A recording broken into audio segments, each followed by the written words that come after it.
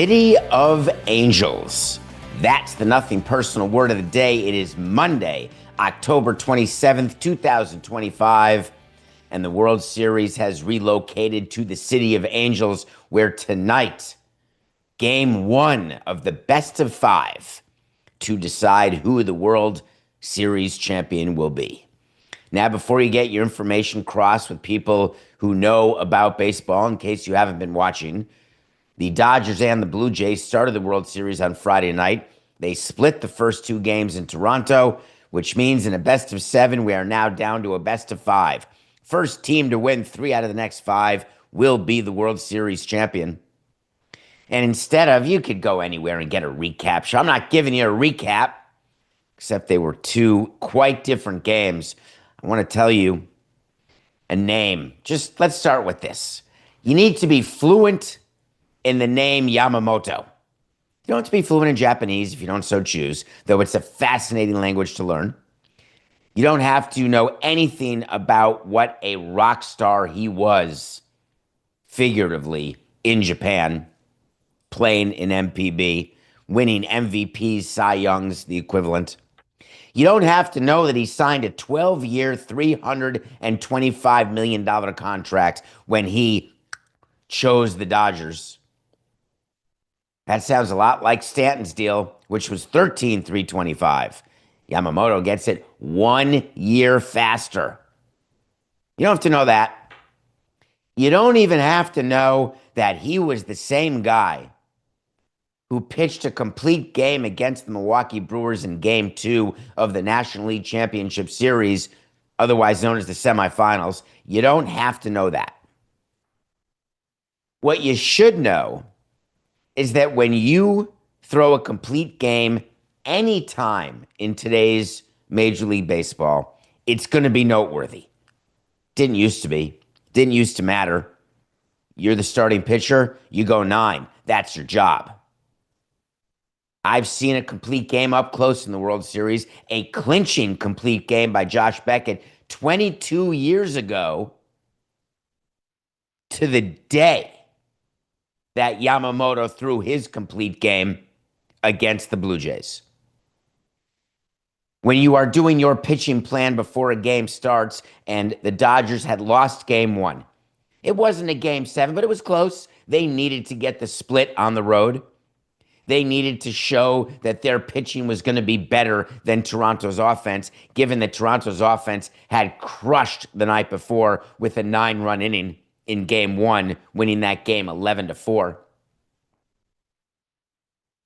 Critical for Los Angeles not to go down 2-0 and have to beat Toronto 4-5, which is what they'd have to do if you're down 2-0. Yamamoto coming off a complete game against the Brewers after giving up an opening home run to Jackson Chourio. I don't know if you remember, because it was so long ago. The leadoff hitter for the Brewers, Chourio, hit a home run off Yamamoto, and that was it. Crickets the rest of the game. You don't have to have listened to last week's Nothing Personal, where we gave you numbers and said if Snell, Game 1 starter LA, and Yamamoto, Game 2 starter in LA, if they go 17 innings again, which is what they did against the Brewers, that's 9 for Yamamoto and 8 for Snell in Game 1 of that championship series sweep. If they do 17 again, the Blue Jays are finished. Well, Yamamoto certainly did his part in Game 2. The thing is, Snell did not get to 8 innings in Game 1. What I told you is ideally having 11 innings between the two of them would be a dream for Toronto, an absolute dream come true. And they were on their way. Snell goes 5 innings in Game 1. If Yamamoto goes 6, which is a decent start, but not great, the Blue Jays are going to really win this series. But the 6th inning comes and goes. 7th inning, 8th inning. When Yamamoto struck out the side in the 8th inning of Game 2, you were going to see a Japanese pitcher in the 9th inning, guaranteed. The question is, would it be Roki Sasaki or would it be Yoshinobu Yamamoto? And when you are doing your game plan and you are looking at pitch count in advance, when you're looking at stressful innings, stressful hitters. You're looking at contact, whether or not there's hard contact against your pitcher. You're looking at whether or not the pitcher has command. Is he hitting his spots? You're looking at which pitches in the arsenal of the pitcher happen to be working. And most pitchers, man, I've gone into games where our pitcher has 1.5 pitches. Fastball, changeup, and the changeup is fine. Had those. I've had a fastball, breaking ball, fastball, slider, slider, breaking ball, tiny bit of fastball. Yamamoto has 6+ pitches. The last pitcher I saw with 6+ pitches, at least in the scatter report, was Daisuke, another Japanese pitcher from back in the day. When he came to the big leagues, remember he signed with Boston. Boston gave Daisuke's team $50 million. We wanted Daisuke. No one else could afford him. Who had $50 million to write a check? We didn't even have that capacity in the capital markets. Daisuke goes to Boston. Daisuke shows up in Jupiter spring training for his first start of his career on the road as a member of the Red Sox against our Marlins. And he didn't really make it in the big leagues, but he did have multiple above average pitches. So just having them isn't enough. Actually having pitchability with them is what can make you one of the greats. And what Yamamoto showed going back-to-back complete games for the first time in a postseason since Curt Schilling did it in 2001. Crikeys, there hadn't been a back-to-back complete game committed by a pitcher, one of which games was in the World Series since Tommy Glavine in 1992. That's how long it's been since you've seen this late October dominance by a pitcher. You know, Coke, I just realized, Beckett didn't go back-to-back. Beckett had 2 complete games. He had one in Game 5 against the Cubs and one in Game 6 against the Yankees. That's 2 complete games in a postseason in 2003, but he started a World Series game in between that. So that'd be 2 out of 3, which is a good meatloaf.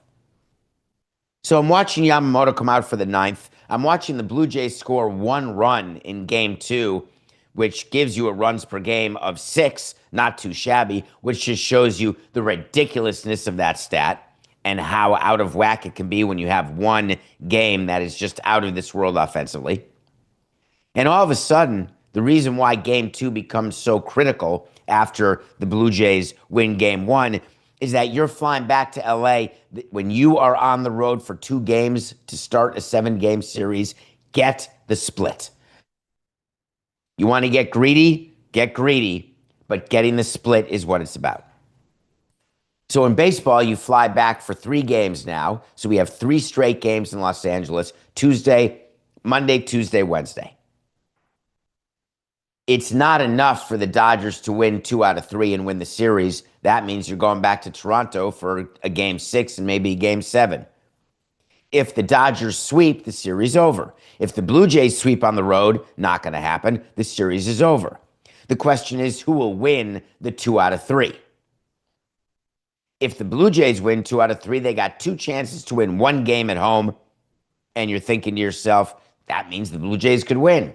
Well, the Cubs had 2 chances to win 1 at home in the League Championship Series, and they couldn't win a home game with 2 way better pitchers going than anybody on either team, in my humble opinion, in the current Dodger pitching coach Mark Prior and a guy named Kerry Wood, who you may not have heard of. So I encourage you to watch Game 3, because any Game 1 of a 5-game series, you're going to see some stats, and we'll bring them up tomorrow, but you're going to see some stats about what it means to win Game 1 of a 5-gamer. Also, for those of you paying unbelievably close attention, in the League Championship Series, Toronto's rotation had Shane Bieber pitching Game 3 and then Max Scherzer pitching Game 4. The reason why that's important is the Game 3 pitchers in a 7-game series in baseball will be your Game 7 pitchers. The Dodgers are doing the same thing they did last round. They started with Snell, went to Yamamoto. Game 3, they went with Glasnow. Game 4, Shohei Ohtani. And then game 5, 6, and 7 is the same as game 1, 2, 3. The Blue Jays last round went with Gausman game 1. They went with Savage game 2. They went with Bieber game 3 and Scherzer game 4. Well, not in the World Series. They switched to Savage and Gausman. But more importantly, tonight's pitcher is mighty Max Scherzer. Now that I found to be a very interesting decision by the Blue Jays. The Blue Jays obviously feel more comfortable with Scherzer going in game 7. He's used to it. He's got more World Series experience, which he does, than Shane Bieber. No question about it. The thing is, Max Scherzer is not, despite what he did in game 4 of the American League Championship Series against the Seattle Mariners, where he was more than adequate. Max Scherzer is not someone you can count on for consistency. By giving him 2 starts in the World Series, in theory a game 3 and a game 7, it is my view that it is their hope that he gives them one game that they can be proud of and one game where they're going to have to pull him early. The theory is if he gives them the proud game in game 3 and the Blue Jays take a 2-1 lead, it is their view that their offense will carry them to a series victory in 6 and they won't have to use Scherzer again. But if by chance Scherzer does not do that, and somehow the Blue Jays get to a game 7, their thought then becomes, all right, 1 good, 1 bad, 3 bad. We got him for 7. The thing is, the pitcher he's competing against, it's that same level of 1 good, 1 bad, totally inconsistent. Shane Bieber is coming off Tommy John. You do not know when you start and have your stub season after Tommy John. And Bieber just came back in the last month. The stub season for Tommy John is known famously for inconsistent pitching. Some days you have a feel, and I've spoken to pitchers about this post Tommy John. God knows if you're in the game, you've had plenty of pitchers with Tommy John. What they'll tell you is they know early. They don't have the feel for a certain pitch. They can't figure out how to command it. Side note, Coca, I asked our pitching coach many times over the years, and our myriad managers over the years, why don't we pay attention to what pitchers say in the bullpen or early in the game? If we see, and they're willing to say that they don't have command, that somehow they don't have a feel for a pitch, and your Savage is going to be throwing all sliders because his four-seamer, he doesn't know where the heck it's going, and you realize that pitchers actually, that happens to them. They talk that way. Yeah, it's just I did not feel confident in that pitch. Now, if you're Yamamoto and you have 6 pitches, you find in the first inning, second inning, find the 4 that you have, go, and you're good.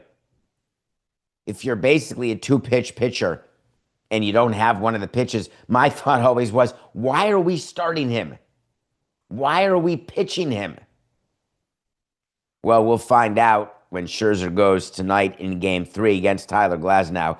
If you're the Dodgers and you feel like you're sitting pretty, I would only tell you that in a 5-game series, as you very well know, anything can happen. The other thing that you may not read much about today, I know a thing or two about traveling back and forth from Canada to the U.S. Quick explainer. Not only when you work for a Canadian team, do you get used to 2 anthems before every game? Yes. At home, you get the American national anthem and then the Canadian anthem. On the road, you get the Canadian anthem, then the national anthem. Every day, 162 times. Oh, Canada. Had it nailed. There was a time when I knew it in French. But anyway, so you're used to that. You work it into your timeline. The in-game entertainment for the World Series, by the way, is controlled by MLB, not by the home teams. So the timeline before the game, when batting practice is, when the lineups are, when the anthem is, when first pitch is, who does first pitch, all of that is controlled by Major League Baseball. Your own employees actually work the scoreboard, but what's put on the scoreboard, what's done in between innings, is done in conjunction with and under the supervision of MLB. So if you're not happy with who's singing the anthem, just know it's not your team's fault. But anthems, it's the first thing that I promise you happens 162 times. Next, customs. It's real. Back when I was a youngster, and you can see that on Who Killed the Montreal Expos, when I had 2 full seasons traveling with the Expos, running that team as executive vice president, really president, customs. Every time going home to Montreal, every time leaving Montreal to go play any other team other than the Blue Jays. Don't get me wrong, loved playing the Blue Jays. No customs. But Canadian customs work in an interesting way. When we would fly to Montreal, you clear customs when you land. When you leave Montreal to a U.S. city, you clear customs in Montreal. Every customs every time is done in Montreal.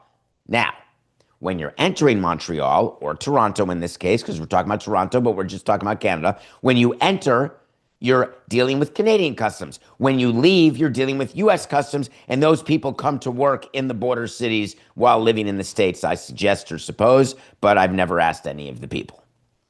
Dave Roberts felt like he wanted to mention that he had a tough trip from Toronto to Los Angeles.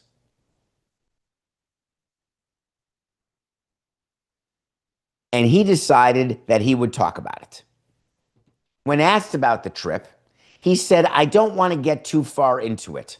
I just arrived 30 minutes ago, so there were some delays. I don't know if there was intent or not, but man, the international stuff was a bear. But we made it. We made it. Dave, seriously, a bear?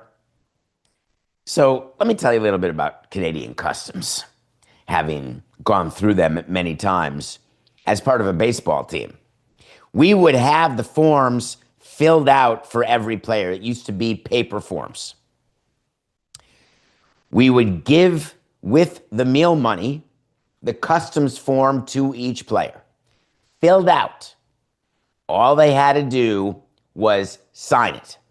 2, we reminded the players every day, as part of the written itinerary, as part of the signs in the clubhouse, as part of being checked on by the coaching staff, by the traveling secretary, by the team trainer, by anybody, don't forget your passport. But we would go a step further with players. We would take their passports before the season started.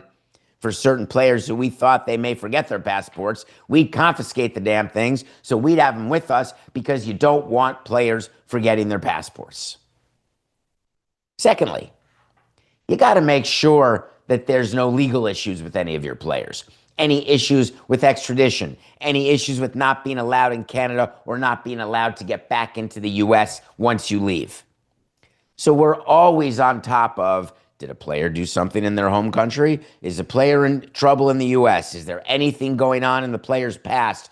We had to know more about our players up in Montreal when Montreal still had a team than any other team. Obviously, you can get within the U.S., no borders, no problems, outstanding warrants, whatever. You know where to find us.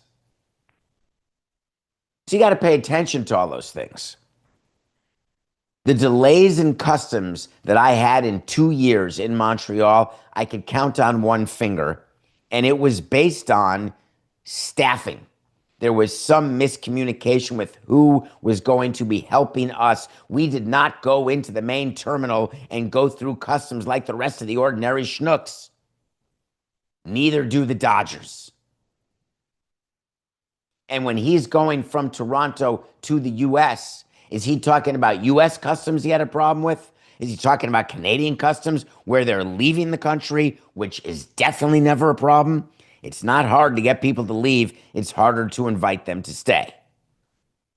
I should tell you that I went back to Montreal after my days with the Expos, soon after, like in the early 2000s, where it was still very fresh what had happened with the team leaving. And I did get delayed in customs. I was recognized by a bunch of dogs and men. And I would argue that my search, cavity or no cavity, was maybe slightly extra than what I could have expected, though they did enjoy finding the Gaviscon. Do I think it's possible that the Canadian Customs would delay the Los Angeles Dodgers and give them trouble and search extra bags? I do not. Give me a break, Dave. I'm excited for Game 3, Coca. I am super excited. I'm going to have a pick of the day for you later. I want you to think about before the end of this show, which is in about 80 minutes from now. I just want you to think about, are you going to go with a road team going with Max Scherzer in Los Angeles against Glasnow? I mean, they must be serious underdogs. Let's switch to the NFL for a minute. No, I'm not giving you the recap of the Giants-Eagles game. You can find it yourself. I could talk about the grossness of the Scapoo injury, but I'm not going to. Scatterboo. God damn it. All right, do it again, Coca. 486 now. 9. 4869. I could tell you about the grossness of the Scatterboo injury, but I'm not going to. To me, it's always Theismann and then everybody else. It's always that. And that's because I was such a Giants fan. I couldn't stand the Redskins, could not stand Joe Theismann, and realized at that moment when Taylor got Theismann, that's when I realized, oh, it's not that I really can't stand him that much, because I wouldn't have wished that Theismann injury on anybody. Now, I would have liked him to have been gone for the game, maybe a family matter, have a baby or something, anything, but not that kind of injury. And what happened to Scatterboo, when players, you always know as an executive, when you're watching from the suite, you know very quickly how bad an injury is because the players tell you. It's very easy. When you've got a protruding bone, like a compound fracture, what happens is you see players look and then they look away and run and they motion to the sideline or they motion to the dugout, or all of a sudden you see puking, like anything like that. We're going to have to call the minor leagues, get someone ready. It was pretty quick after Scatterboo went down that players discovered that, that's the type of double jointed ankle I've never seen. But the most interesting part of the Giants-Eagles game was that we still get to talk about the Tush Push. And as a fan and friend of the show, we call it the Tushy Pushy. Did you see last week when the Minnesota Vikings tried to defend the Tushy Pushy by laying a guy down? We don't have a picture of that, Coca, because we don't have the rights because, why would we? But the Tushy Pushy is when it's 4th and inches, or you're at the goal line or you're at any part of the field, and you line up a big player behind the player who's under center, and you literally push the player forward by his tushy, and pretty much Jalen Hurts gets a first down every time. And there were huge discussions during the offseason. Do we not allow this play? Roger Goodell said people were getting injured. That was straight horse hockey. But from a competitive standpoint, is this the type of aesthetic nature we want in our football games? Meanwhile, what I said is it was going to get eliminated, and it didn't. It lost by a couple votes. Then what I said is, and I may have said this in my head, Coca.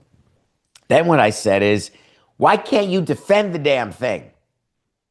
Brian Flores found a way.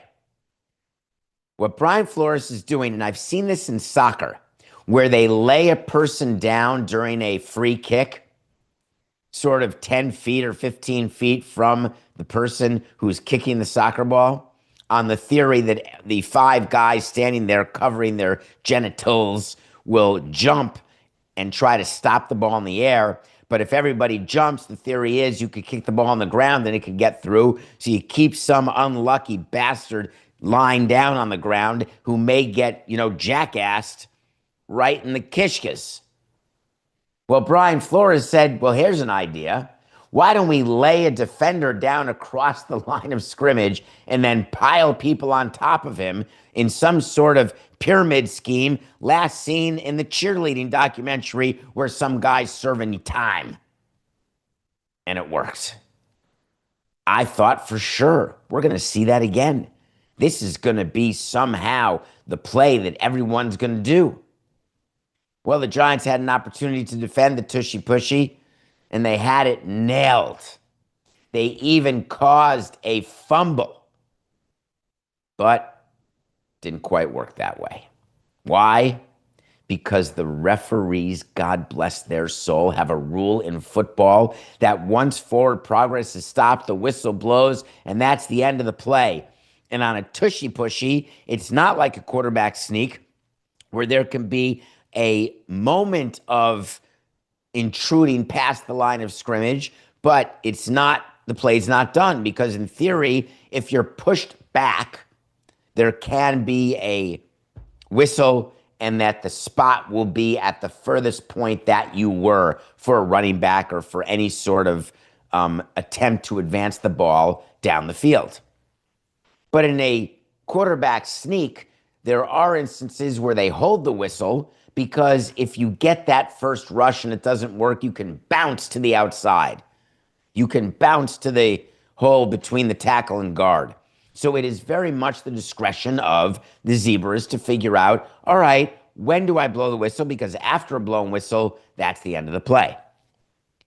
Well, what the Giants did in defending the Tushy Pushy is they caused a fumble by Jalen Hurts. They figured out a way, basically, to strip the ball as a way to defend it, but it wasn't allowed. The referee said, play's over. And by the way, that play can't be reviewed. So it was deemed no fumble, even though there was definitely a fumble, because the forward progress had finished in a way that is always questionable to me and led me to the conclusion, no, we cannot have that sort of human decision-making on forward progress. I would like a rule change in the NFL that I've thought about for years, and now I'm even more positive I want it. If you have the guts to E, not get tackled, to F, to try to change directions once you're in the grasp of a player and you run backwards, like when you catch a punt and instead of going forward, you run backwards to try to evade tackles and you lose yards, that's a legal play. And the line of scrimmage is going to be where you went backwards to because you were attempting to gain more yards. My view is every player is always attempting to gain more yards, even when they're pushed back. Even when they're trying and their forward progress is done, they're still trying to move their legs. Either the play is done when a knee hits the ground or not. Why can't the rule be period? Knee ground. But whistles blow. Have you ever seen 10 defenders wrap around an offensive player and they're moving him backwards and then a whistle blows and they bring the ball all the way back and they give a first down because of forward progress? Forget it. Let's teach our offensive players, when you're done, get down on your knee. Stop trying to move forward. Every time you've got that huge pack of amoebas going one direction or another, and you've got the offensive line trying to push forward, the defensive line trying to push back, the running back with the ball just trying to find a way to let his offensive line touch him where the sun don't shine and get forward progress. The rule is get on your knee. Get down. Play's over. If you can't find a way to get on your knee, that's your problem. That is the rule that I think should be strictly enforced. That's when the play ends. I don't want this type of discretion. We're going to talk about it later in these morning 2 hours. But man, oh man, when you put things in the discretion of a player or of an umpire, referee, all of a sudden that can call integrity into play. Let's not even talk about pass interference in the end zone. So that happened in the Giants-Eagles game. And I think we're going to hear way more about this Tushy Pushy. We have to. Did I see Justin Fields cry, Coca? Did that actually happen?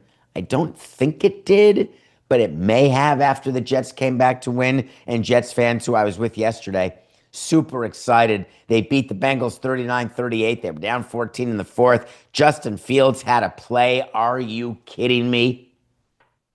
Justin Fields had a play. We covered it last week. It was going to be Taylor. Taylor got hurt, but the owner doesn't like Justin Fields. Justin Fields didn't know the owner didn't like him. Didn't know the owner thought he stunk. Justin Fields comes out, plays, and they win 39-38, coming back from a 14-point deficit.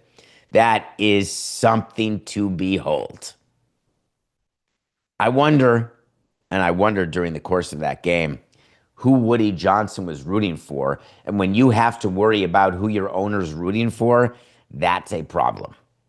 Was he rooting for Justin Fields to all of a sudden be a higher rated quarterback, to somehow not just prepare, but perform in a way that would indicate that Woody Johnson and his ridiculous scrum about how bad Justin Fields was, his inappropriate scrum about how bad Justin Fields was? Woody Johnson, you're not George Steinbrenner.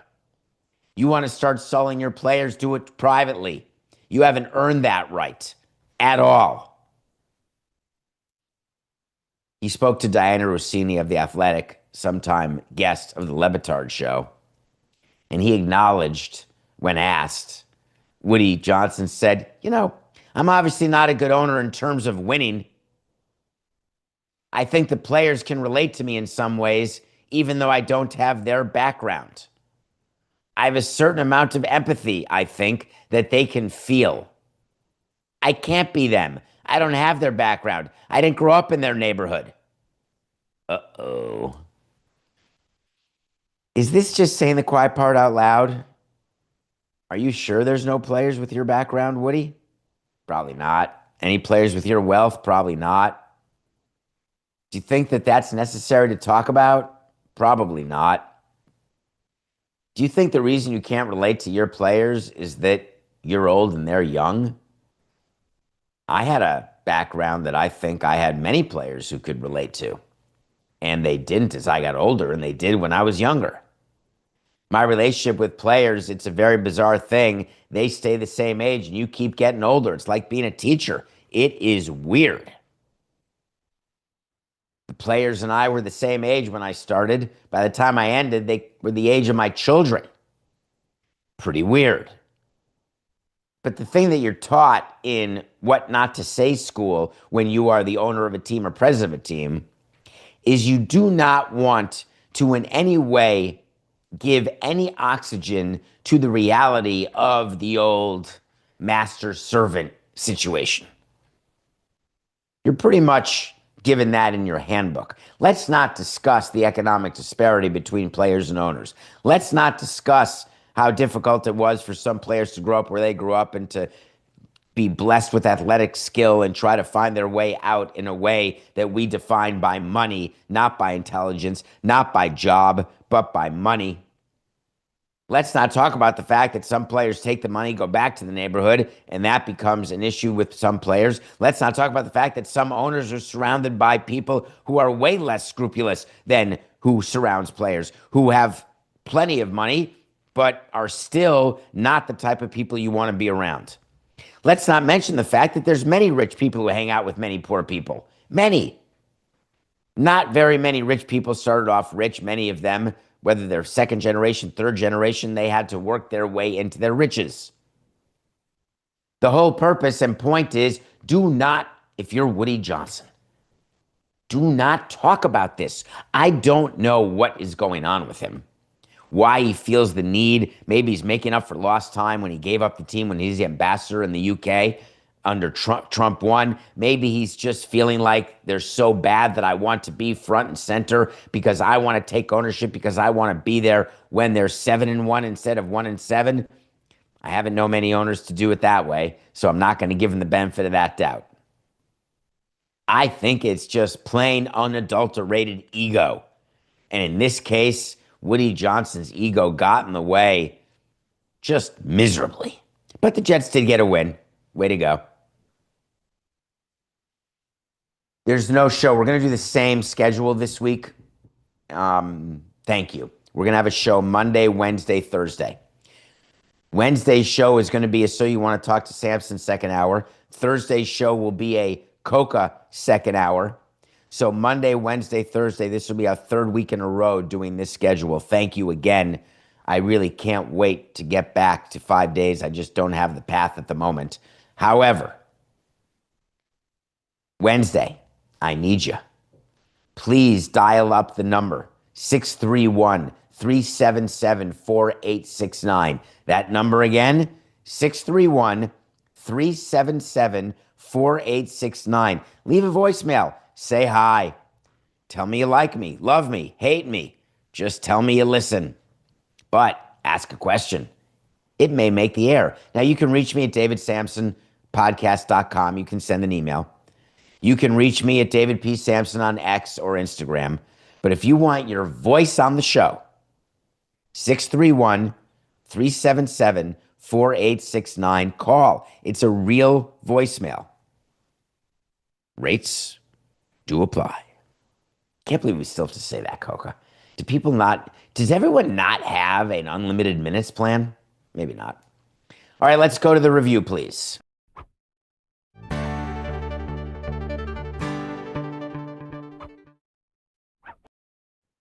I felt normal this weekend, Coca. I felt normal just for a few minutes. It wasn't a long time. It was actually more. It was like 4 hours and 40 minutes.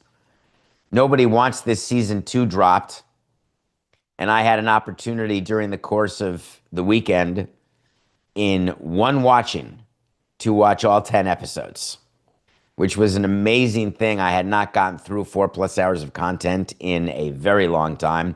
I had been looking forward to this season with Brody and Bell, the rabbi and the shiksa, the relationship, the families, the stereotypes, the laughter. Very light. Season 2. Same storyline. Rabbi, what do I do? Girlfriend, do I convert or not convert? That is the question that many of the Goyim think when they're dating Jewish people. Shall I convert? Shall I not? Does he want me to? Does she want me to? Or not? What about the parents? What about the in-laws? What is it that I'm saying to my family when I do something for my partner's family? All of the things that go on in any sort of inter-religious, denominational couple. That was the point of season 2. Season 1 ended with Brody saying, Noah, that's the character's name, the rabbi, I choose you. Put a tear in my eye. I like the idea of free will. I like the idea of choosing and worrying about the complications later. I choose you. Uh-oh, what does that mean? That means that there's a lot of other choices you're making at the same time. It's not just one choice. You better be aware of the multiple ramifications, the ripples in the pond of the choice, and then try to guess what your reaction will be to those. And if not, there could be some retreating. Well, season 2 of Nobody Wants This had just a bit of retreating when the rabbi said, oh, I do choose you, but please convert. Uh-oh, you're not going to convert? Well, now I can't choose you, but my God, I want to choose you because you're awesome. It's candy, popcorn, perfect. I'm in. I am going to watch the Margot Robbie, Colin Farrell movie by Wednesday.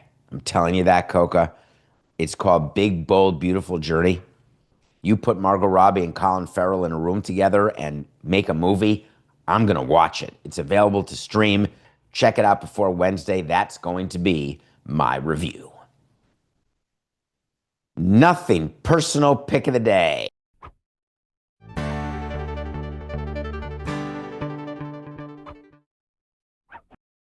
Nothing personal pick of the day. Ooh-wee. I mean, you guys give me hell when I get swept for a weekend, don't you? You guys get upset. I mean, I get a texts from people. How could you? And I say, fade me when I'm losing, but when I'm HOTTT, you ride me like a Bronco in the middle of a hot day in Colorado. Hold on tight, baby. I told you the Chargers would beat the Vikings on Thursday night. Of course they did. I told you the Blue Jays and you savage underdogs against Blake Snell in Toronto. Of course we had the Blue Jays in game one. That's a winner.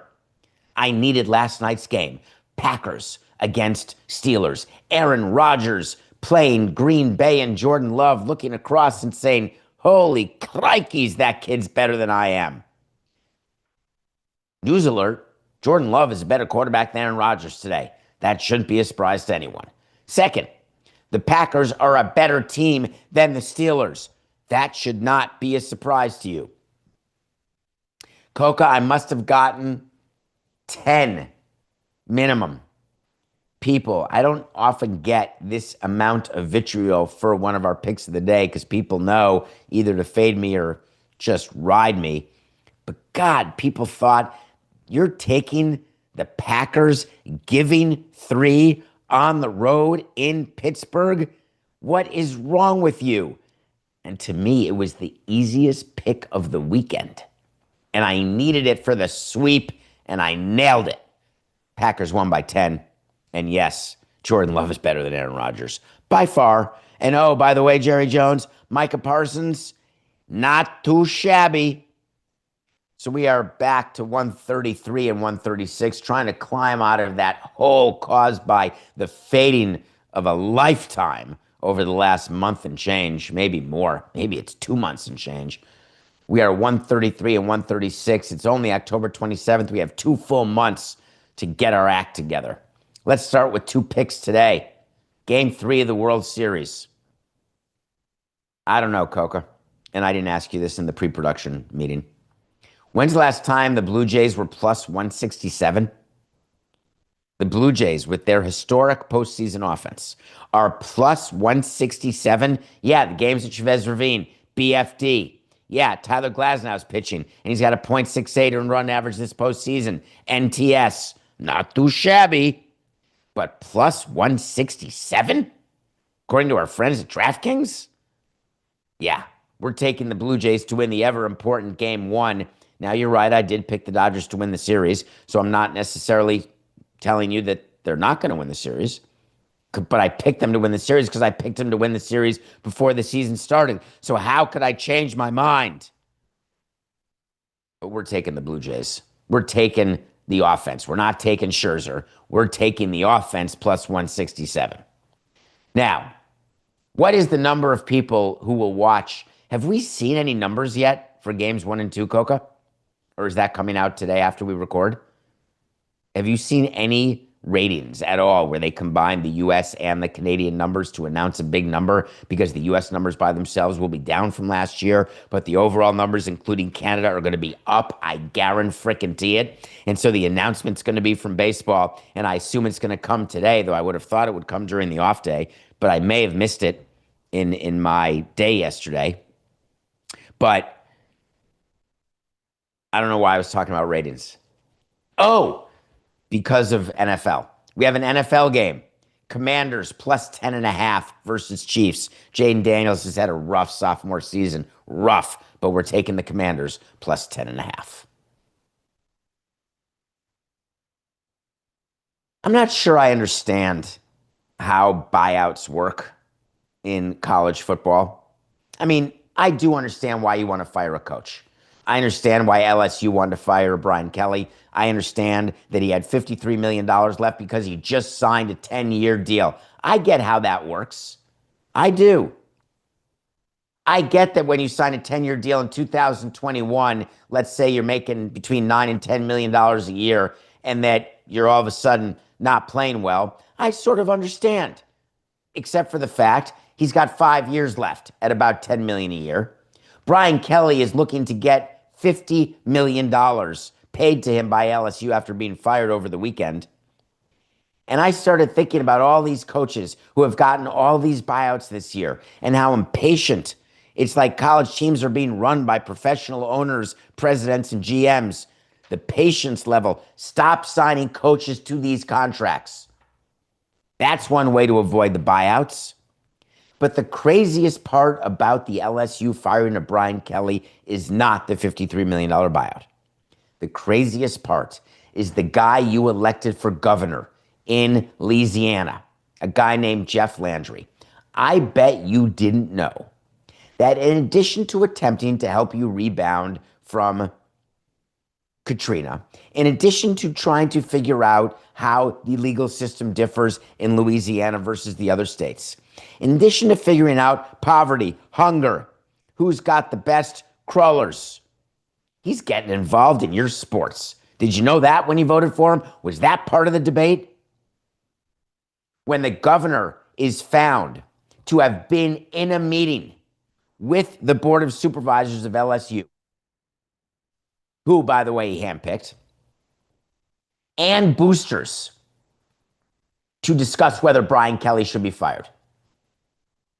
Can you imagine if we had a fan club involved in the firing of a manager and the owner and the president and the GM were not in the meeting? Can you imagine? Do you know what that's called? That's called every day when everyone who doesn't work for the team sits around the water cooler to talk about what's best for the team. And do you know what that means? That means that we don't care what you meet about or what you say. We don't make our decisions based on that. Well, in Louisiana, that ain't the case.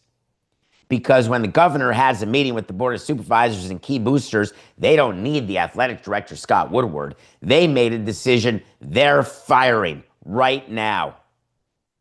They're firing Kelly. You know what else they had to decide during that meeting?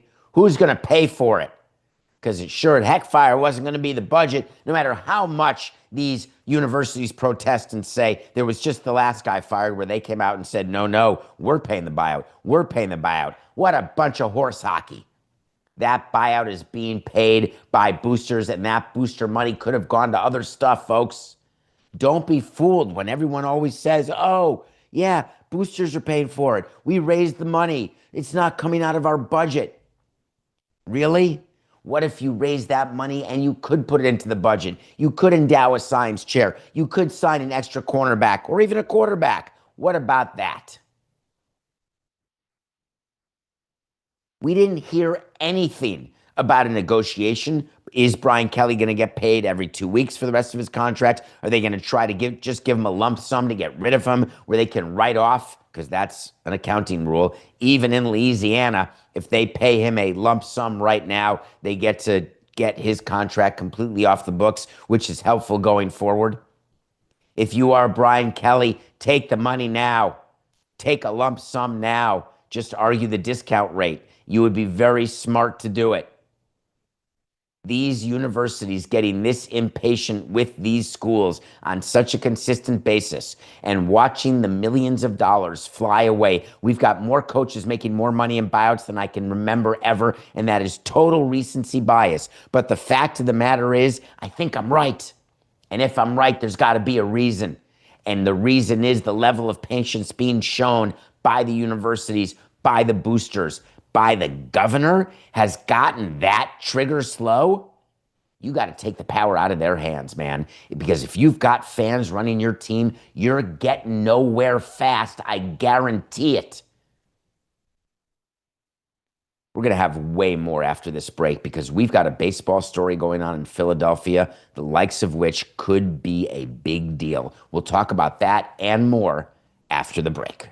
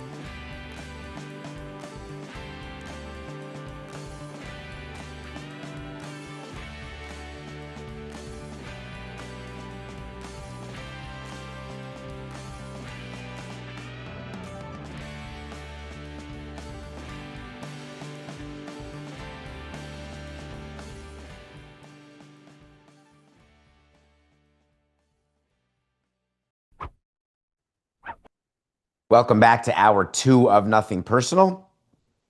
My name is David Samson. It is October 27th, 2025. It's a Monday. If you're listening to this back-to-back, Jaden Daniels is not playing tonight against the Chiefs. He is having a tough sophomore season, but we are taking the Commanders, and we're taking all those points that the Chiefs are giving. Sorry about that. That's a quick correction by our audience. Thank you. I want to lead off this hour because last Thursday was our last show of the week. We had Coca, who does the second hour with us, our producer, who's been with us since October of 2019, since day one, well over 1,370 shows. And news broke while we were live doing the show. We're live on the Nothing Person with David Samson YouTube channel at 7 a.m. and then on the DraftKings Network at 8 a.m. The story about the indictments of Chauncey Billups and Damon Jones and Terry Rozier and 30 other people involved in several gambling-related adjacent issues. The size of the story keeps getting bigger, and I want to catch you up with what's happened since Thursday. Of course, Pablo Torre is on it because he had reported about Malik Beasley, about gambling, about players. He's now reporting about who's playing poker, where and how, who's not. Just so you've got enough working knowledge about the issue, a quick primer. Here's what you can't do. You can't take yourself out of a game and therefore have your under props hit and get paid for doing that. Can't do it. For those of you who don't know what props are, if I'm supposed to get 7 rebounds, 14 points, and 2 assists, and you can bet that I won't get them, and then I don't get them because I pull myself out of a game or I purposely play like crap, and gamblers, mafia people, just an ordinary man in the parking lot of Publix. If somebody is told that information, bets on that information, and it comes from a player who then tanks himself, controls what he controls, think in baseball, if you can bet on whether or not it's going to be a slider, the next pitch to the next hitter, imagine a pitcher getting paid to throw a fastball. Who would think of it? Who could you hire to investigate it? You would need someone to sing like a canary, and you'd have to look at the situation, and then still it wouldn't be clear. Well, that is a fastball count, but these days you could throw a breaking ball at any point. Man, that was a crazy thing. But you can bet on a pitch in Major League Baseball. You can bet on these props. A prop bet is not a game bet. It's not a money line bet. It's betting that a certain player will do a certain thing at a certain moment in a game. Will get this number of points, rebounds, steals, touchdowns, first touchdown, any touchdown, only touchdown, rushing touchdown, throwing, passing, interception for a touchdown, punt return for a touchdown. You can bet on anything. There's a market for everything. What the Department of Justice figured out is that there was a player, and baseball's had it because look where Emmanuel Clase is. He ain't playing anymore. There is a situation where Terry Rozier was investigated by the NBA in 2023 because there were some weird things going on in the game, weird activity in his prop market. Why would there be so many people betting on his under? We need the gambling companies to tell us that it's happening. They tell us, we investigate, and the league says, all good here. Turns out, not so good. Turns out that Adam Silver's investigation, which lacked subpoena power, which lacked any interest in actually coming to a conclusion that in any way could show the integrity of the game is a problem, somehow thinking, man, we better not have this happen because maybe the gambling companies will be unhappy. Not the case. The gambling companies are perfectly happy when the players who do this, which are not all of them, but those who do get caught, they want to catch the players because believe me, gambling companies aren't making their money from professional athletes betting against themselves or for themselves and their games. They're making their money from the rest of us.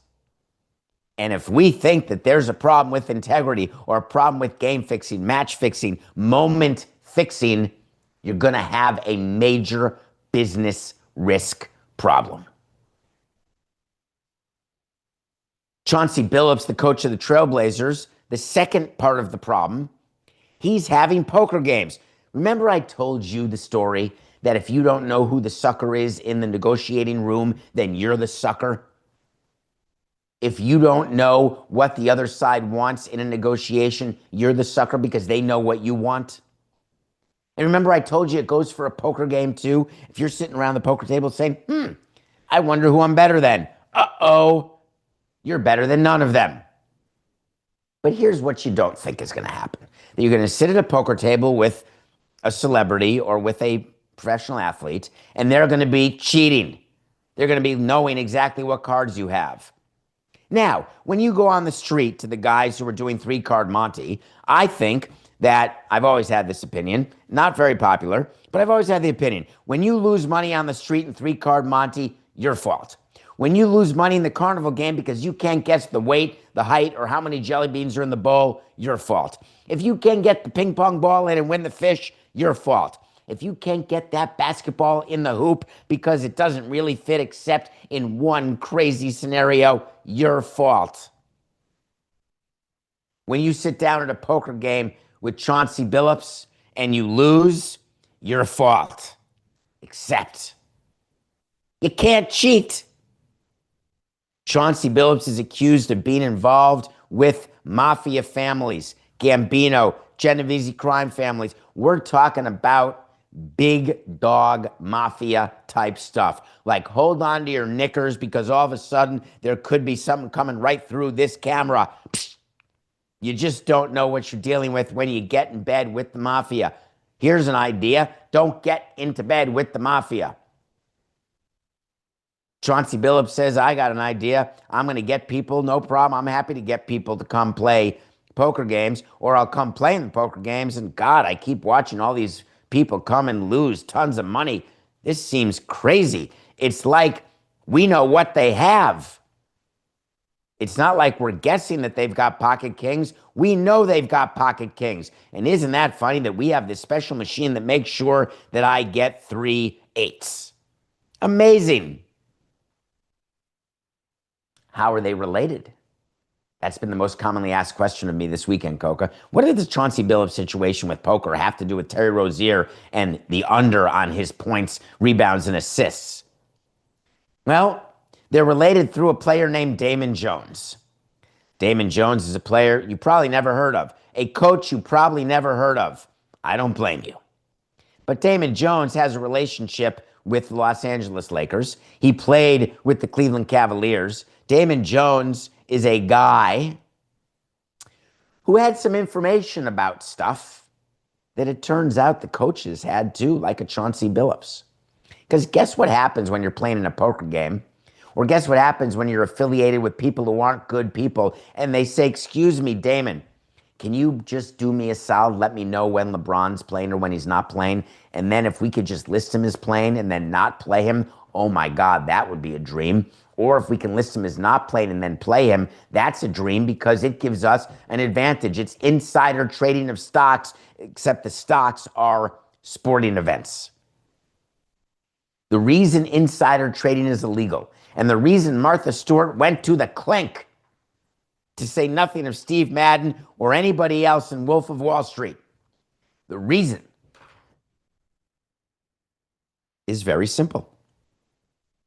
Remember what we talked about integrity? I want the fair chance to win, just like you get the fair chance to win.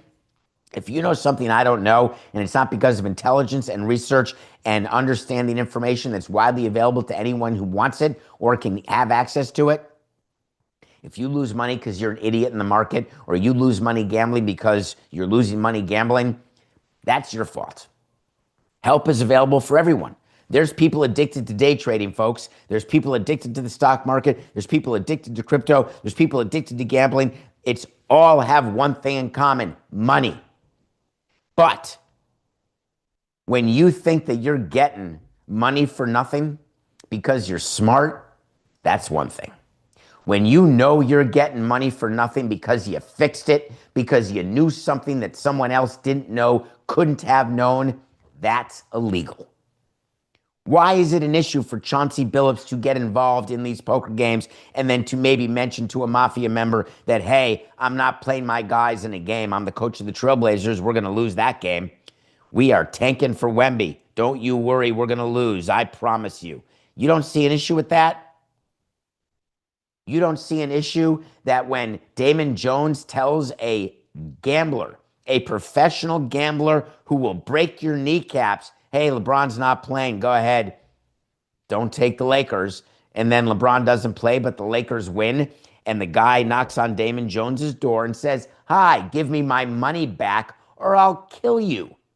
Damon Jones said, don't do that. I can't afford to give you your money back, nor can I afford, because you paid me for that information. I certainly don't want my knees broken, so here's what I'll do instead. I'll tell you the next time it happens, and it'll be on the house, and it will be a guarantee, because I'll make sure of it. Do you see exactly how the Chicago Black Sox of the early 20th century, do you see how you could get a World Series thrown? Do you see how you can get games thrown really easily if enough players are involved? Do you see how the integrity of the game and the very rebar that is used for these businesses to make the money they make, the rebar for the teams to be worth what the teams are worth, that rebar is the assumption that it is not wrestling. It is not scripted. And anytime you are told otherwise or shown otherwise, it is a bad moment. So Adam Silver said, I know what I got to do. I'm going to go on Amazon, give an interview, and I'm going to say, man, I am deeply disturbed. There's nothing more important to the league and its fans than the integrity of the competition. We all get a handbook, commissioners, owners, presidents. The integrity. We have to work that word in, always. We heard the commissioner in baseball say it this weekend. We heard the head of the players union. We heard Adam Silver. I say it because I'm an executive. Way more years as an executive. Integrity. The other thing you're going to hear everyone say is that thank God for the gambling companies. I happen to concur with that opinion, but the reason why you're saying that and why you're hearing that is twofold. One, it happens to be true. It's always good when you can have your first point be because of an actual true statement. The existence of the gambling companies, and we are sponsored by one of them, DraftKings. Their ability to flag behavior, their ability to quickly identify when certain amounts of money are being bet on certain things that otherwise would not have that amount of money bet. Why in the name of God are we getting hundreds of thousands of dollars bet on Terry Rozier's under when normally we get $250 by some schmuck in his underwear in Kansas? They're going to flag it. That will start the ball rolling. That's a good thing. The second reason you're going to hear integrity of the competition has nothing actually to do with gambling. It has to do with media broadcast revenue. It has to do with corporate sponsorship revenue. The Los Angeles Dodgers and their $200 million of corporate sponsorship revenue, I can't even imagine that, but their $200 million, do you think that all these teams would still want to sponsor a team with Ohtani if there were an integrity issue with the competition? Come on. Well, that didn't come out right. Let me say that better. 4869. Do you think that teams would have the revenue they get if there were a concern by companies that there was an integrity issue and that it really wasn't fair or a level playing field? And I don't mean the level playing field caused by revenue disparity. I don't mean the level playing field caused by TV contract disparity. None of it. By market size disparity. None of it. We're talking about cheating. So what happens in this day and age when you've got this situation that becomes a lead story again for Pablo and for many other writers and investigative journalists? Congress stands up and says, hi, hello, over here. We're going to need a hearing. It's my favorite, Coca. I love when Congress gets involved in this. We're in the middle of a shutdown. We got some serious stuff to talk about. No. I would like to be briefed. I'm going to show my constituents that I'm active, that I'm interested in their sports, and that I'm going to take care of their entertainment. I'm sending a letter to Adam Silver saying, squeeze me. Could you join me for a slight briefing and maybe some cognac in the cigar room of the almost built East End ballroom of the White House? Do you know who the happiest person is when Adam Silver gets told that he's got to brief Congress? Yes, it's true. The NBA law firms.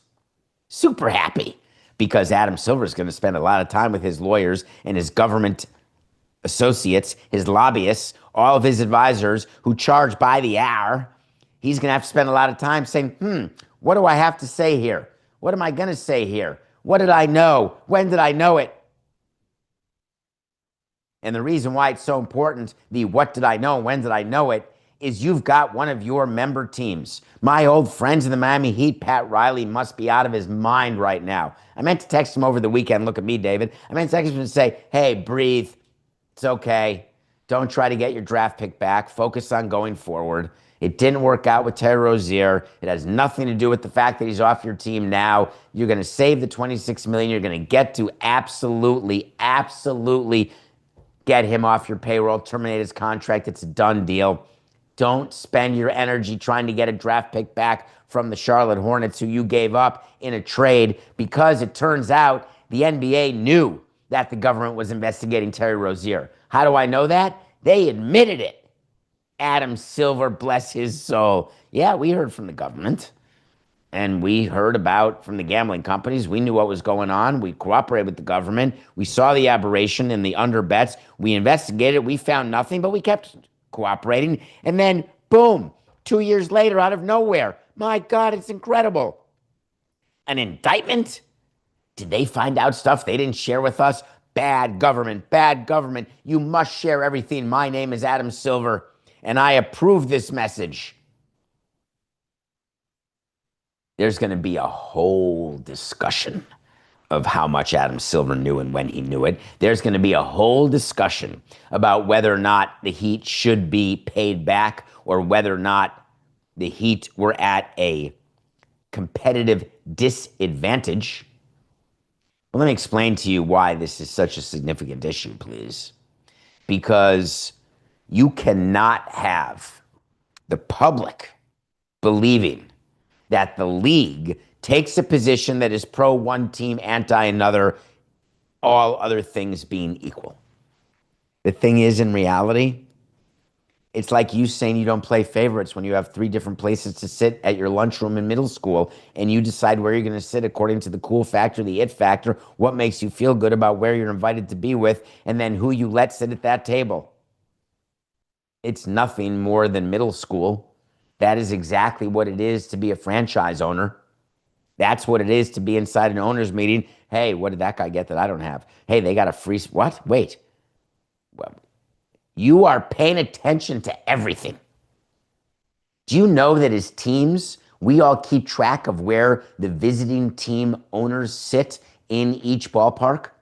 And if we feel as though we don't have as good seats in a certain ballpark, we will not give those team owners and executives good seats in our ballpark. Do you know that if we have a situation like in Nationals Park, where the visiting GM suite is at the press level so high above, ridiculous, that when the Nationals come to town, we thought about, hey, let's not allow them to sit in our cool GM suite. Let's say it's up for construction. Let's give them seats in the frickin' sky. You may think we're petty. We are not, Tom. We are not at all. But we often do want to say to people, don't come around here no more. Don't you come around with that stuff. We're keeping track. So Adam Silver has a bit of an issue. Are they going to get their draft pick back? Is Adam Silver going to be caught playing favorites? Well, I'll tell you how this ends. That's my favorite line, Coca. Let me just use it one more time. Tears in a journey. Chauncey Billups and Terry Rozier, tears, because they will have a journey They are done with the NBA. Chauncey Billups will never coach again, ever. Terry Rozier will never make another dollar in the NBA, ever. They will be suspended for life. Both of them. They will be allowed to apply for reinstatement, and it will be denied, as it should. When you mess with the integrity of the competition, you're done. Done. Now, when they croak, Adam Silver will call up Rob Manfred and say, now? Do I let him in now? Well, Chauncey's already in the Hall of Fame. Terry Rozier's never going to get to the Hall of Fame. Not a Pete Rose issue. Adam Silver has to create a lot of room, a lot of space. And what it has caused is for all other leagues to be on their best behavior. You're hearing it left and right. It's so good. You've got the commissioner of baseball. You've got the head of the players union of baseball. You've got the commissioner of football. You've got the crazy NFLPA and their David White, their interim director. Everybody is on the NBA story. Why? Because we have total shot in front about the other sports. We are giddy at the misfortune of the other sports. We say, oh, we care about you. We love you. Let's do a tweet. We're rooting for you. You know from listening to my show, it's total horse hockey. There is nothing baseball likes more than when Adam Silver gets and NBA gets in trouble.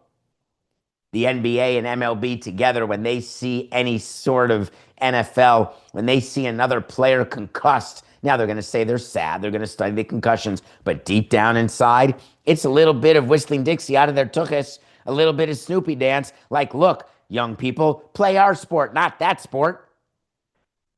The level of competition between the leagues is serious and deep.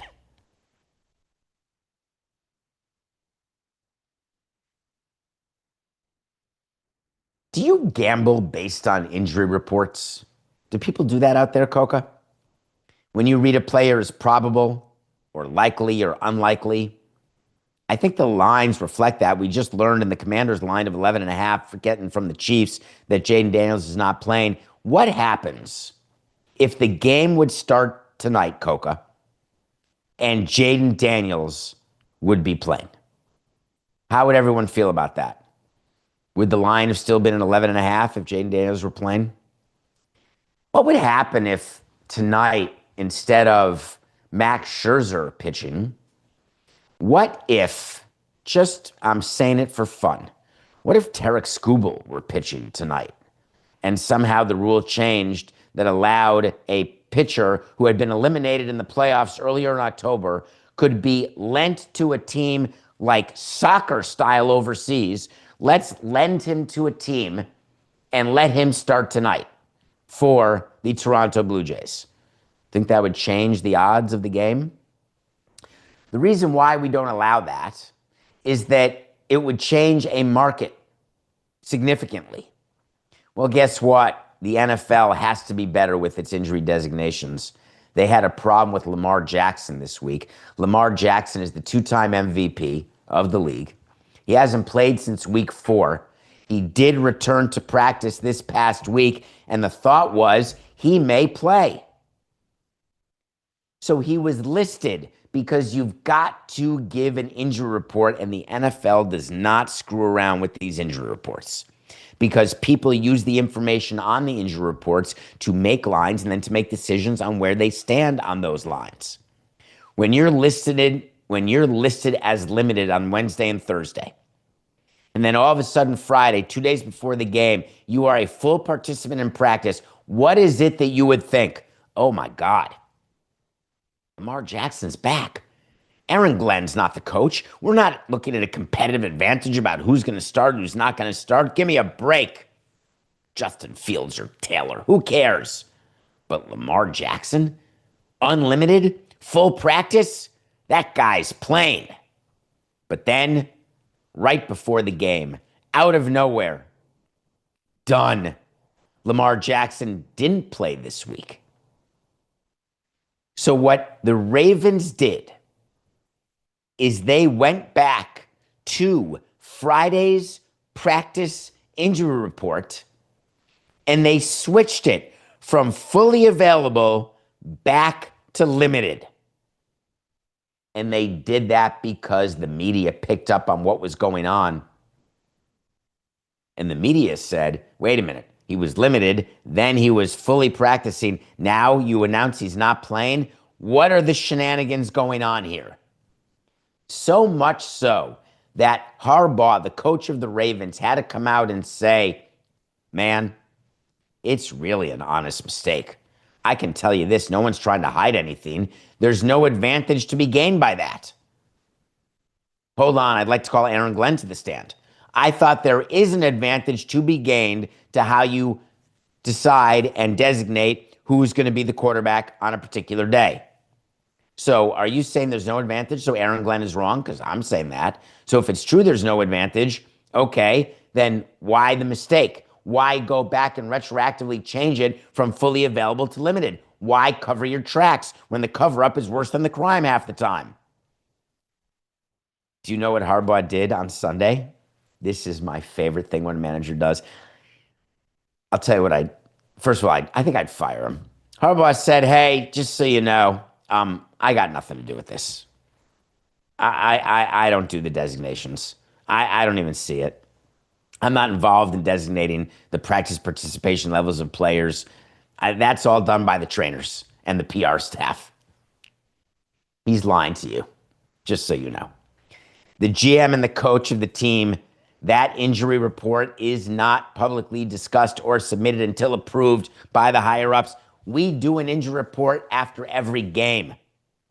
I get an injury report of every player, the status. Day 69 of Tommy John, post-surgery. Lightly tossing 30 feet. Day 7, hamstring, grade 2. Can't wipe his tushy. I get the full report. Then we talk to the manager and decide what we are going to tell the public. In football, because of the amount of gambling that is done. In baseball, less gambling, same issue. Do you know that before a game, you have a roster and that your roster includes the players eligible to play for the game, but you don't actually have to say who's playing that game until you submit your lineup card? The lineup card is who has to start the game, but you can submit a lineup card, start the game, and actually pull everybody and then play your whole bench before the game even starts. Totally legal. From a gambling standpoint, one of the issues that the injury report is supposed to take care of is, all right, let us know about availability. And the NFL has been super married to the concept of not screwing around with the injury designations during the course of a week. There's a whole, these shows, these networks do injury report updates. Why? Because customers want it. If you think for a hot second that the coach of an NFL team has nothing to do with that injury report, then you are delusional, is the only word I could use to describe it. It absolutely is a problem for Harbaugh and for the Ravens. So what happens here? What happens is the NFL has already decided to investigate this. It's that big a deal. They're not going to hire Wachtell Lipton. This is not an example of Steve Ballmer circumventing the salary cap. This will be an internally led investigation, and it will lead to a fine of the Baltimore Ravens. Wait to see is when I tell you something's going to happen. If it does, fine. If it doesn't, fine. I'm going to revisit it. Coca. If you could go into the document at davidsamsonpodcast.com, please. If you could go to the tracking document where everybody has the ability, every one of our audience, and even those who just Google who killed the Montreal Expos, you have the right to see every word I've ever said, every pick, every wait to see, every word of the day, every movie I've reviewed. This is an official wait to see. The Baltimore Ravens will be fined by the NFL for the injury report mistake. They will not lose a draft pick. They will simply be fined. Wait to see. One way that you can stop all this, if you stopped all betting on games, injury reports wouldn't be as important. Not going to happen. What do I think could happen? Because the commissioners are all talking about it. What about those prop bets? It's a very popular thing. Adam Silver started it. Adam Silver went public saying, I'd like to talk to our partners. I'd like to really talk about prop bets, eliminating them. Matthew Coca had a far better idea. You don't have to eliminate the prop bets, just eliminate the unders. Let's let everyone go for the overs. Play well, play hard, play often. As I told you, the other commissioners are paying attention to what's happening in the NBA, what happens in the NFL. It just happens to be postseason in only one of the sports right now. And that is, well, there's actually postseason in soccer, but whatever, in Major League Baseball. And there's a couple times a year that that Rob Manfred's going to talk. He's going to talk on the eve of the start of the season. He talks at the All-Star game, and he talks at the World Series. That's all the labor notwithstanding. Those are just normal times to meet the media. What do you think the two biggest topics for Rob Manfred would be in doing his media rounds before the World Series and during the World Series? Just by a show of hands, any idea? Well, you guessed it. One, labor. There's a labor agreement upcoming. Labor negotiations are upcoming. You've heard me talk about it. I'm going to talk about it way more. The ins and outs of the negotiation. I've seen it, been there, and this is a very important upcoming negotiation. So you have already seen the commissioner, Rob Manfred. You've seen Tony Clark, the director of the Players Association. You've seen them talk. You've seen them give sort of trial balloons of positions. Two, gambling, for sure. You got to talk about it. Now, how would Tony Clark talk about it? What would be your guess if you are the head of the Major League Baseball Players Association? What would you be saying? I'm here to protect my players. When my players are being yelled at or bullied because they don't do well and people lost their prop bets. When my players could be subject to the same nightmare befalling the NBA, where they could be compromised by members of the mafia.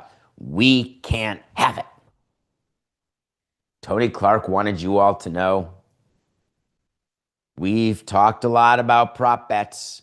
We've been concerned about prop bets from the very beginning. Anytime something happens with gambling, Tony Clark said, we worry. It gets greater, our concern. I love that. I love the fact that Tony Clark, who is holding on to his job for dear life, no matter what you read, Tony Clark, who's entering into a negotiation that is going to define him, no matter what you hear that people don't care about their legacy. Rob Manfred said something fun about legacy, Coca, side note. He said, I haven't missed a game because of a labor strike. I don't want to miss any games. That would be amazing. Well, he was asked, wouldn't that be a great legacy to never have any missed games as a member of Major League Baseball, either running the labor department or by being commissioner? This is your last CBA. Wouldn't it be amazing? And he was like, my dad said that legacy is for someone else to decide. You think you're going to get Rob Manfred to say right now, no matter what, I'm not missing games? That would give all the leverage to the players. Not going to happen. You think the players are going to do anything to give an inch or show an inch to the owners right now? Not going to happen. When Tony Clark has an opportunity to actually talk to the media, which he can leak and he can give an interview whenever he wants, but certainly before the World Series, if you think that he's not going to mention player safety, he knows his constituents. Do you think that of all the things that he'd want to negotiate, it's for better food in the kitchen? But if that's what the players want, he wants to deliver it to them. If players don't like getting bullied on their social media, getting death threats, getting yelled at because they didn't play well or did play well, and Tony Clark can do something about that at the table, Tony, you're going to win. We will do anything. It's not we, that's $1. They, used to be we, 18 years. Old habits die hard. They will do anything in this regard to give you something in the collective bargaining agreement. Tony, stop talking about this because you're going to put yourself in a position where you're going to be at the table and MLB is going to say, listen, we are going to provide, and the teams are going to pay for it. We are going to provide internet security. We are going to enhance security at games and on the road. We're going to travel an extra guy. Forget an extra referee or umpire. We're going to travel an extra bit of muscle. We're going to make sure that if your players in any way feel unsafe, it's on the house. We're going to pay a guy 80 grand a year to do it full time, and that retired cop still getting paid his pension, going to be so super happy. And meanwhile, in return, we're going to get about 20 million worth of retirement benefit gives by you during the negotiation. But keep talking, Tony. It's going to keep working out for you. This is not something that should even come up publicly. The safety and security of the players, the well-being, the mental well-being of the players who are getting attacked over the gambling. Leave that for off the negotiating table. I'm begging you. Actually, I'm not begging you. What do I care? As a matter of fact, it's probably to my benefit for there to be a work stoppage because I'm one of the shows that both sides would look to and that people watch. So as a matter of fact, keep doing it, Tony. Keep bringing up the fact that you've got these great concerns.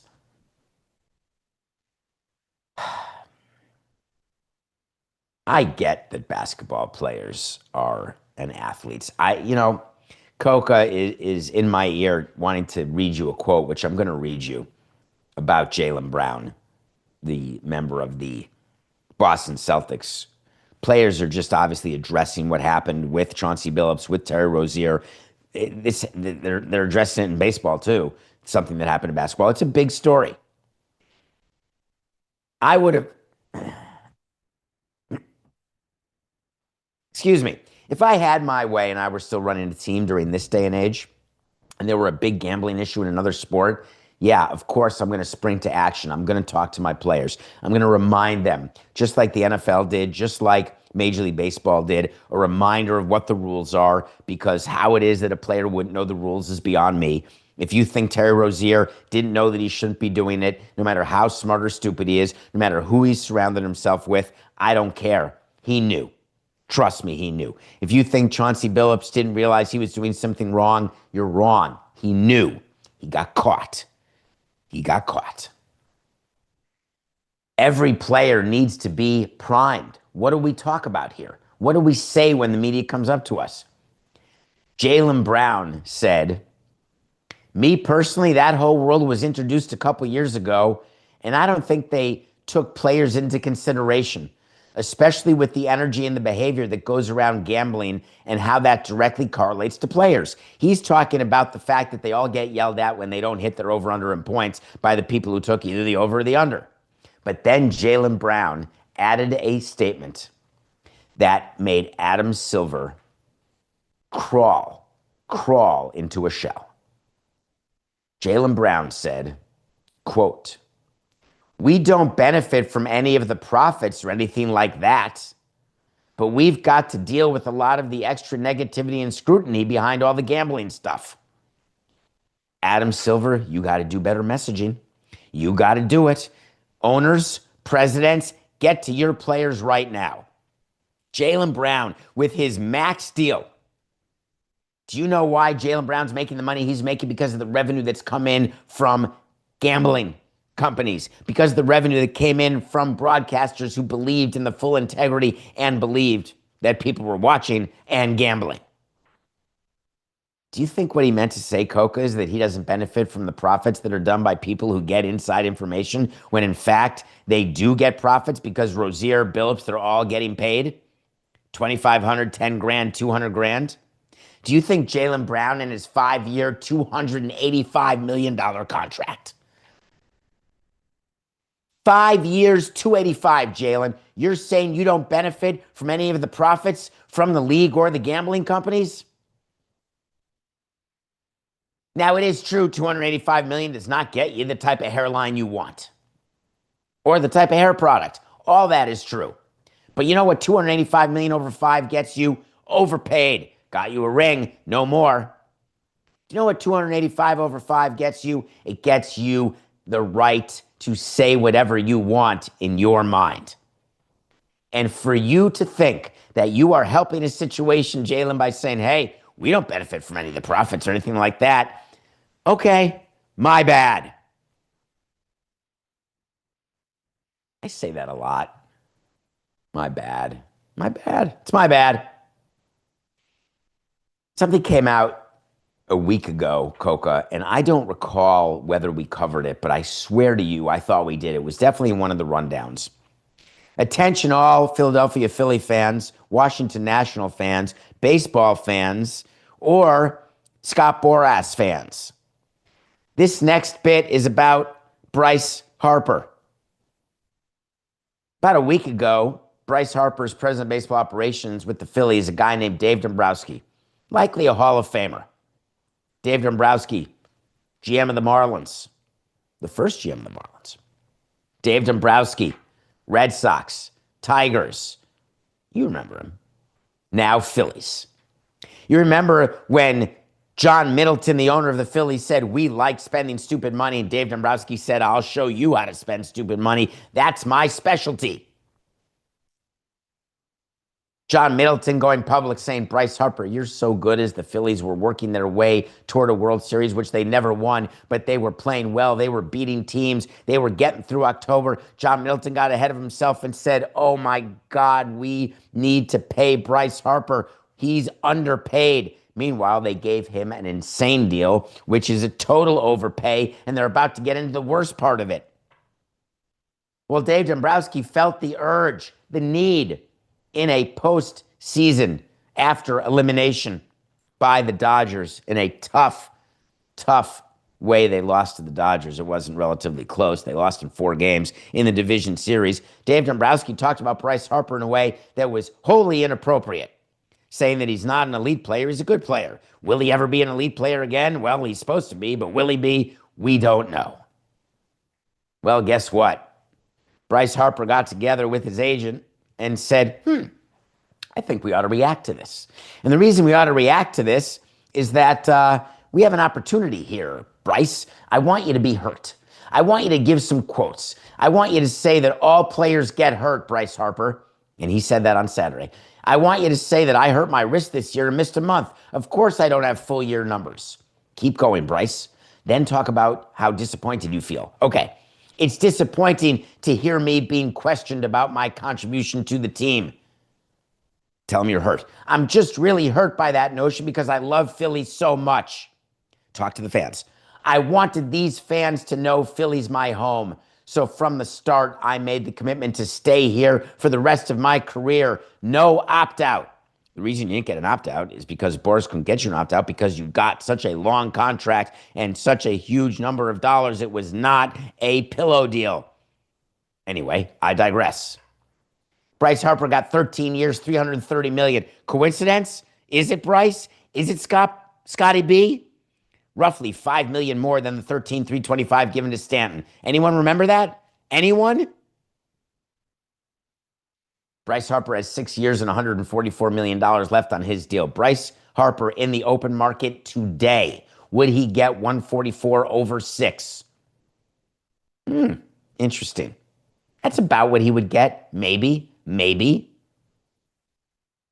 Here's the thing. Do we think that Dave Dombrowski met the media and talked about Bryce Harper and it just came off the top of his head? Do we think for a minute that Dave Dombrowski is so bad at his job that he started talking about Bryce Harper and had no idea what he was saying? Or do you think that Dave Dombrowski knew exactly what he was saying and he was sending a message not just to Bryce Harper, but to the agent of Schwarber? Or the agent of Skubal, who could at some point become a free agent or be traded? President of Baseball Operations are talking to a lot of people when they're in the off-season press conference, the least of which is to you, the fans. They say they're talking to you and how unhappy they are and how they want to move forward and how they're excited to get back and how they're not satisfied and how they're disappointed, how we know you want it so badly, we want it as badly as you do. All of that is absolute. Who cares? Poppycock. Ignore it. You got to listen to the messages that are said by the president of a team or the president or GM of the baseball side. Because we're talking to politicians. We're talking to other team executives. we're talking to player agents, and we're talking to players. Do you think that Dave Dombrowski thinks that Bryce Harper needed to be motivated by saying publicly that he is not elite anymore? Do you think that Dave Dombrowski doesn't know Bryce Harper well enough to know what Bryce Harper's reaction would be to Dave Dombrowski saying that you're not elite any longer? It's up to you whether you will be elite again.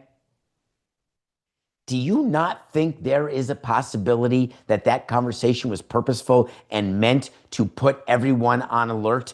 That the stupid long-term contracts that we're doing, JT Realmuto, I love you, JT. You're not getting 6 years, buddy. The elite nature of the play that we've had in Philadelphia, you're all old. The ability to get everyone back to elite and to keep getting better when it shows that our postseason performance has gotten worse, our regular season has gotten better, doesn't matter. I don't want to be a regular season team. I want to be a World Series winning team. Dave Dombrowski's talking to everybody else. Why mention Bryce Harper? Why use him? Think it has to do with who his agent is? Think it has to do with the fact that Bryce Harper would come out and talk about how upset he was, and they knew that? Do you think that baseball is interested in whether or not Bryce Harper is hurt, sad, or upset by his comments, or his agent is? Well, I have news for you.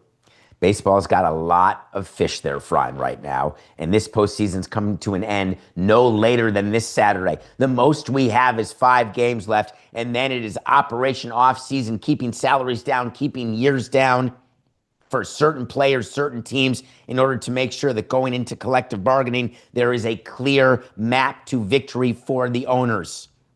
All of that strategy is happening right now. I promise you.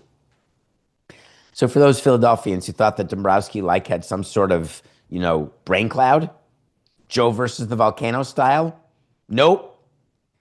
I've known Dave too many decades for that. Well, before we end today, it's a special day. It's not anybody's birthday. I don't think I have to check my calendar. I keep birthdays on the calendar of people who I'm going to text or call. Or October 27th, no, I've got a busy day, but no birthdays. Today, however, and my son and I were just talking about this, it's the sports equinox. I happen to love it. There's an NFL game today. There's an NBA game today. There's an NHL game today. There's an MLS game today. And there's a World Series game today.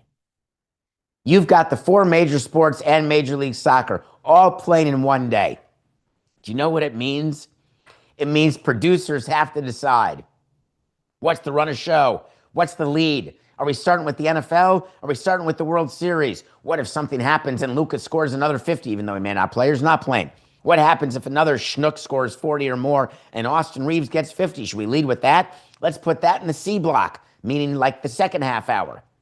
All of these things are yet to be discussed, and today is your day. So to all the producers out there, at Metalark, at HQ, at DraftKings, all of you great people, you know what the lead is. It's the World Frickin' Series. Why do I have to argue with networks all the time?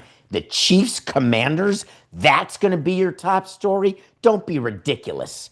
You've got game 3 of a best of 7, game 1 of a best of 5. You've got mighty Max Scherzer going against Tyler Glasnow, a former Tampa Bay Ray. You've got the big boys going against the big bats. You've got Vladimir Guerrero. The storylines. You've got the City of Angels. You've got Mary Hart in the front row. You better lead with that. We'll talk about it Wednesday. Have a good rest of the day. It's just business. This is nothing personal.